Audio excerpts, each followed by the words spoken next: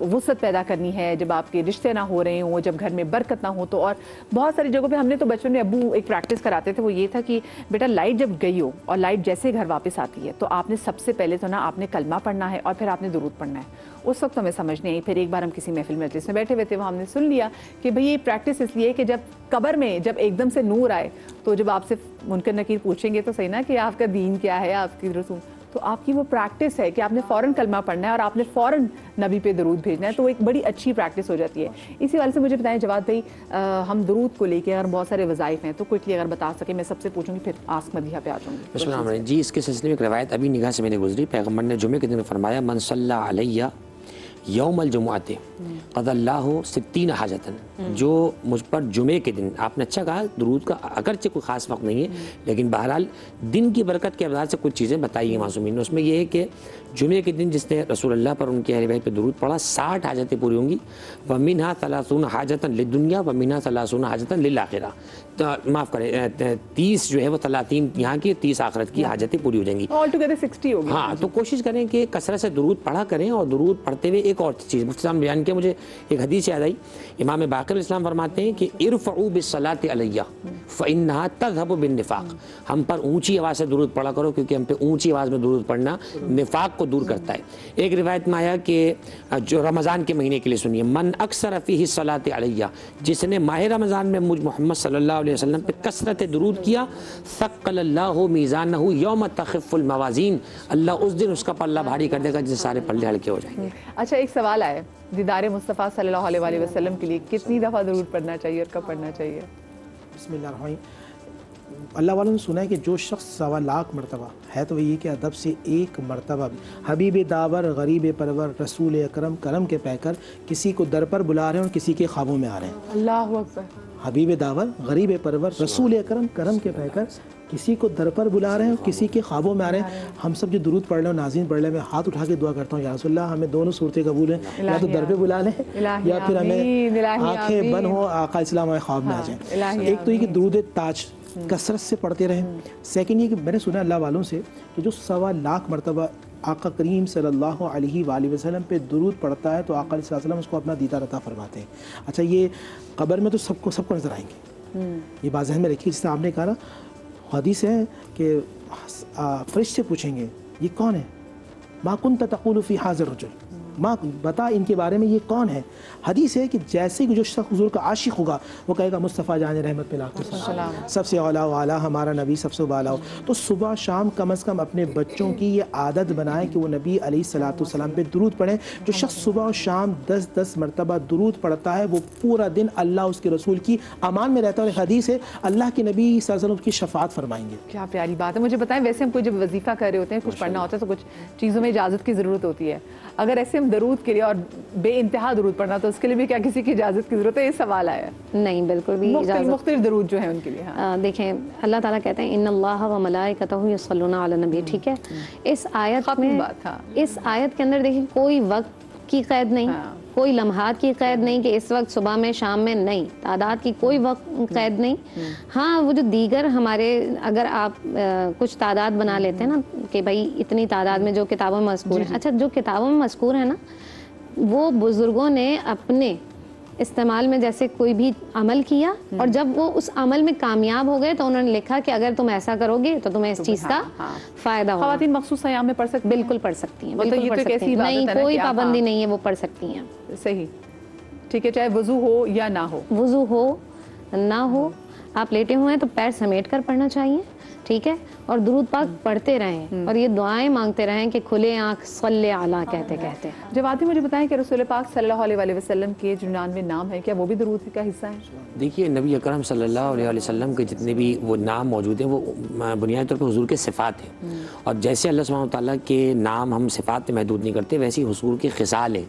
شیخ Saadi نے کلام لکھا تھا نا تو چوتھا مصرع نہیں مل رہا تھا، لکھا کہ بلغ العلا بکمالہ کشف الدجا بجمالہ حسنت جمیع خصالہ. ان کی ساری ہی خصلتیں عادتیں اچھی ہیں. یہ لکھ کر وہ سو گئے، عالم خواب میں تھے.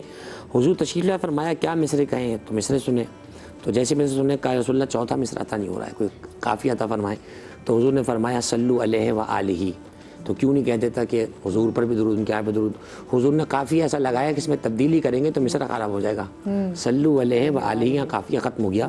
تو حضور کے جتنے بھی صفات ہیں، جواد، وہ جتنی محتشم، یعنی جتنی، اب بات ہی ختم ہو گئی نا، حسنت جمیع خصالی، جیسے اللہ سبحانہ وتعالیٰ کی ذات اپنے علم اور اپنے وجود کے اعتبار سے لامحدود ہے، حضور اپنے کمالات میں، اپنے وصائف وصف میں۔ اور مجھے یہاں ایک بات یاد آ رہی ہے، امام رازی نے تفسیر کبیر میں لکھا ہے، یساوون اہل بیت النبی فی خمسۃ اشیاء مع النبی، 5 چیزوں میں حضور کے اہل بیت حضور کے برابر ہیں۔ درود میں حضور کے 7 شریک ہیں، صدقے کے حرام ہونے میں 7 شریک ہیں، محبت میں 7 شریک ہیں، جیسے حضور کی محبت مانگی ویسے اہل بیت کی محبت مانگی، نماز میں جو سلام پڑھتے ہیں اس میں 7 شریک ہیں، اسی طریقے سے طہارت میں شریک ہیں، حضور کو طہا کا، ان کو آئے تطہیر کا، جو ہم 3 رمضان کے بعد کر چکے۔ تو اب ایک دارقطنی کی روایت میرے ذہن میں کہ کل دعائے محجوب حتی یصلی علی محمد والی محمد، ہر دعا اس وقت رکی رہتی ہے زمین و آسمان کے بیچ میں جب تک پیغمبر اور ان کے خانوادے پہ درود نہ پڑھتے جائے۔ اور ایک روایت میں لفظ آیا اثقل ما یوضع فی المیزان الصلاۃ علی النبی والے، سب سے وزنی چیز جو قیامت میں ترازو میں رکھ دی جائے گی وہ رسول اللہ پر، ان کے اہل بیت پر درود ہوگا، جن پر درود پڑھنا ہمیں گناہوں سے بچا سکتا ہے۔ سوچئے وہ قیامت میں اگر کسی گناہگار، کسی نکمے کو ہاتھ پکڑ کے کہہ دے یہ ہمارا ہے تو اس کا مقام کیا ہوگا؟ اللہ میں ان کی شفاعت نصیب۔ کیا پیاری بات کی۔ مجھے بتائیں نور بھائی، جب رسول پاک صلی اللہ علیہ وسلم کا نام ہم سنتے ہیں تو کیا یہ واجب ہے یا مستحب کہ ہم ان پہ فوراً درود بھیجیں؟ نبی علیہ السلام شاہ فرمائے ممبر پہ قدم رکھتے ہوئے آمین آمین آمین، ان میں سے ایک یہ تھا کہ جبریل امین نے کہا تھا پر اللہ کے نبی جن کے والدین زندہ ہوں ان کی خدمت نہ کرے وہ برباد ہو جائیں، تو مصطفیٰ کریم نے کہا آمین۔ فرمایا رمضان کے روزے پائے اور اپنی بخشش نہ کروا سکے برباد ہو جائے، میرے مصطفیٰ نے کہا آمین۔ اور فرمایا جو مجھ پر درود پڑھے، میرا نام سنے مجھ پر درود نہ پڑھے وہ بھی برباد ہو جائے۔ تو جو نبی کا نام سن کے درود نہیں پڑھتا برباد ہو جاتا ہے، جو مصطفیٰ درود پڑھتا ہے وہ آباد ہو جاتا ہے۔ اور ہم ایک اور چیز جو درود پڑھتے ساتھ ہی جو اپنی آنکھوں کو چومتے اپنے ہونٹوں سے، اس کی ذرا بتائیں ذرا۔ دیکھیں ایک بات یاد رکھیے گا، آپ محمد صلی اللہ علیہ وسلم بولتے ہیں، آپ چومے نہ چومے ہونٹ چوم لیتے ہیں اللہ سبحانہ وتعالی۔ اور یہ مولا صلی اللہ علیہ وسلم جو ہے نا، مولا صلی اللہ علیہ وسلم، امام بوصیری رحمۃ اللہ علیہ اتنے بڑے عرب کے عالم دین گزرے ہیں، فالج ایسا ہوا سب نے کہا ٹھیک ہو نہیں سکتے، نہ ہل سکتے تھے بہن، نہ بول سکتے تھے، نہ صرف آنکھیں ہلتی تھی، زبان ہلتی تھی، ہل نہیں سکتے تھے۔ تو لکھا مولا صلی اللہ علیہ وسلم دائماً ابداً، ایک رات میں حضور خواب میں تشریف لیا ہے، میں پریشان کیوں ہوتا ہے، تو نے ہمیں شام میں جو قصیدہ لکھا پڑھ تو صحیح۔ پڑھنا شروع کیا، حضور نے اپنا دستے کرم جیسی سر سے لے کر پیر تک پھیرا ہے، کہتے ہیں میں خواب میں اٹھ کے بھاگا، تو نبی اسلام پھر خواب میں تشریف لائے، میں آ کے لیٹا، حضور نے فرمایا میں جانتا ہوں تو پریشان اس لیے تھا، تو چاہتا تھا کہ چادر میں دے دوں، دوبارہ خواب میں اس لیے آؤں یہ چادر رکھ لیں۔ سوچے جو شافع محشر اس کے لیے آپ کو شفا دینا، تو آپ یہ محبت ہے، تو جو محبت سے پڑھتا رہے گا یقین ہے مزہ جب ہے سرکار محشر میں کہہ دیں وہ دیکھو ہمارا غلام آ رہا ہے، کیا کہنے۔ اچھا کہتے ہیں گھر میں اگر خدا نخواستہ آپ کی ناچاکیوں کی پرابلم ہو تو 313 کا جو ہنسا ہے بڑا استعمال کیا جاتا ہے کہ 313 دفعہ درود پڑھے تو اس کی بھی بڑی فضیلت ہے۔ کثرت سے 313 کا جو عدد ہے نا وہ کثرت کے لیے استعمال کیا جاتا ہے، جتنا آپ پڑھیں گے نا، گھر میں ناچاکیاں ہیں، پریشانیاں ہیں، مشکلات میں پھنسے ہیں، رزق میں برکت نہیں ہے، اولاد نہیں ہے، ہر کام کے لیے آپ نماز پڑھیں، نماز کے بعد آپ درود شریف پڑھیں، نبی نے کہا ہے مانگو دیا جائے گا، دعا مانگیں گے تو انشاءاللہ ٹھیک ہے۔ اچھا جی، آس مدیحہ نقوی پہ میں کوشچن آیا ہے، ایک علی اکبر ان کا نام ہے جی، اور وہ کہہ رہے ہیں کہ وہ ایک شیف ہیں، تو آپ دونوں مجھے بتائیے گا، انہوں نے کہا وہ ایک شیف ہیں اور ان کو روزانہ کی بنیاد پہ 100 لوگوں کو کھانا دینا ہوتا ہے، لوگوں کے کھانا بنانا ہوتا ہے، تو کیا ان کے لیے پاسبل ہے کہ وہ اس کو ٹیسٹ کر سکیں؟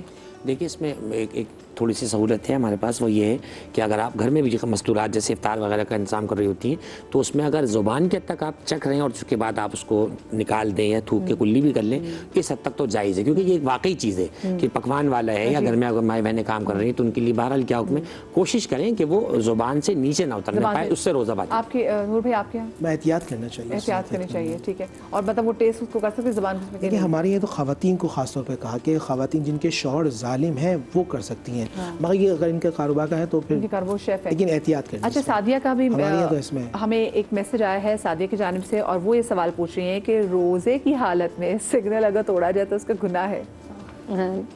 چاہے روزے کی حالت میں ہو یا غیر روزہ میں ہو، قوانین جو آپ کے پر لاگو ہیں آپ اس کو ختم نہیں کر سکتے نا، تو گناہ تو ہوگا یقیناً. گناہ کا ایسے میں یہ ہوتا ہے کہ جو چیز قرآن و حدیث سے ہونا جو واضح طور پر گناہ کا لفظ اطلاق وہاں ہوگا یہ ہوگا کہ اللہ سبحانہ و تعالیٰ کو ناپسند ہے. کیونکہ گناہ کا یہ کہ قرآن کی واضح آیات ہوں یا رسول اللہ صلی اللہ علیہ وسلم کی حدیث متواتر ہوں تو جو اس کے خلاف جائے گا گناہ اسے کہتے ہیں جو قرآن و حدیث کے خلاف جائے. یعنی کہ نہیں اس میں تو احترام مسلم کے لیے یہ ضروری ہے کہ احترام مسلم کے قوانین کی پابندی کی جائے. وہ سگنل کراس کریں گی تو یقینی طور پر دیگر جو لوگ ہیں ان کی حق تلفی ہے اور حق تلفی کی صورت میں یقینی طور پر ہمارے یہاں اس پہ ایک لکھا ہوا ہے آیت اللہ سستانی نے لکھا ہے کہ وہ قوانین جن پر مصلحت عامہ ڈیپینڈ کرتی ہے ان کی مخالفت جائز نہیں ہے.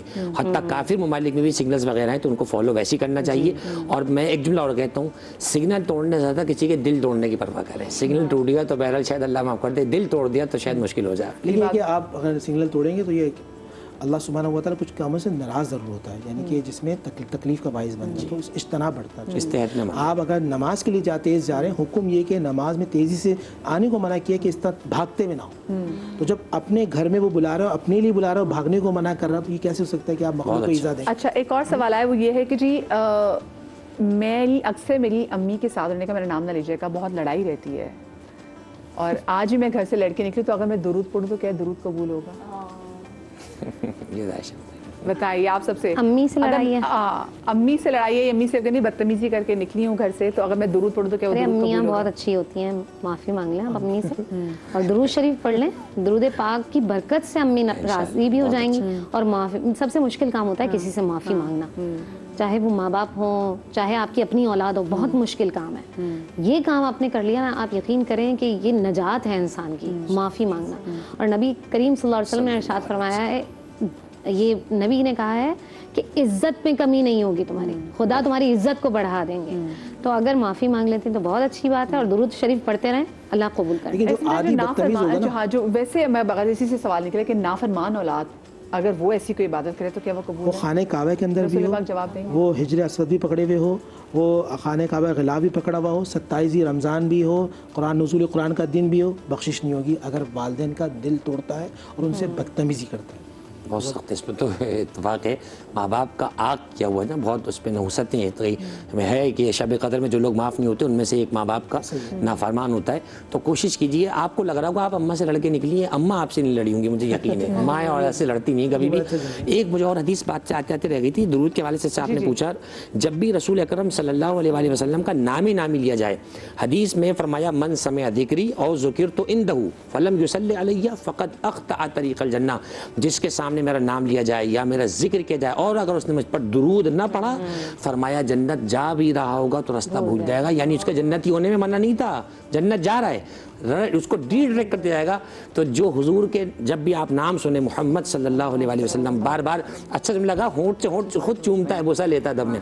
تو جب بھی حضور کا نام آئے, حتیٰ کہ ہم تو دیکھیں نبی اکرم رسول اللہ کرم کہہ رہے ہیں, اس میں بھی صلی اللہ علیہ وسلم کہہ رہے ہیں, کیونکہ حضور نام جب کہیں حضور کا لیا جائے, جتنی بار لیا جائے, گھر میں اذان کہیں آپ سن رہے ہیں بار بار صلی اللہ علیہ وسلم پڑھیں. اور ایک چیز اور عادت ڈالیں, پورا پڑھیں. میں نے بڑی جسارت سے دیکھا لوگوں کو صلی اللہ علیہ وسلم, پتہ نہیں کیوں ہم نیت پہ شک نہیں کرتے, لیکن حضور ناراض ہوتے ہیں, صلی اللہ تصلی علیہ صلاۃ البترا, اس پہ دم کٹا درود نہ بھیجو. ہمارا پورا پینل ہم جہاں بیٹھے ہوتے ہیں ہم دیکھیں درود کو پورا پڑھیں, عبادت کریں تو پوری کریں.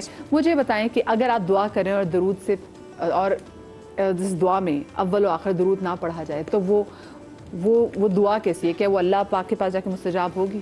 کیا وہ, کیونکہ جو کیریئر تو ساری یہی رہے گا نا, اگر درود علماء یہی کہتے ہیں کہ جو دعا ہے نا وہ معلق ہو جاتی ہے, لٹکی رہ جاتی ہے, دعائیں قبول نہیں ہوتی ہیں. تو کوشش کرنی چاہیے دعا کے اول بھی درود شریف پڑھیں اور آخر بھی درود شریف پڑھیں, یہ ضروری ہے. صحیح. اچھا اس سے پہلے کہ میں بریک پہ جاؤں, کیونکہ ہم آج بات کریں رسول, اور ہم کب بات نہیں کرتے آقا کی, ہم تو ٹاپک کوئی بھی ہو تو نسبت ان کی لے آتے ہیں فوراً سے. تو اس سے پہلے کہ میں بریک لوں,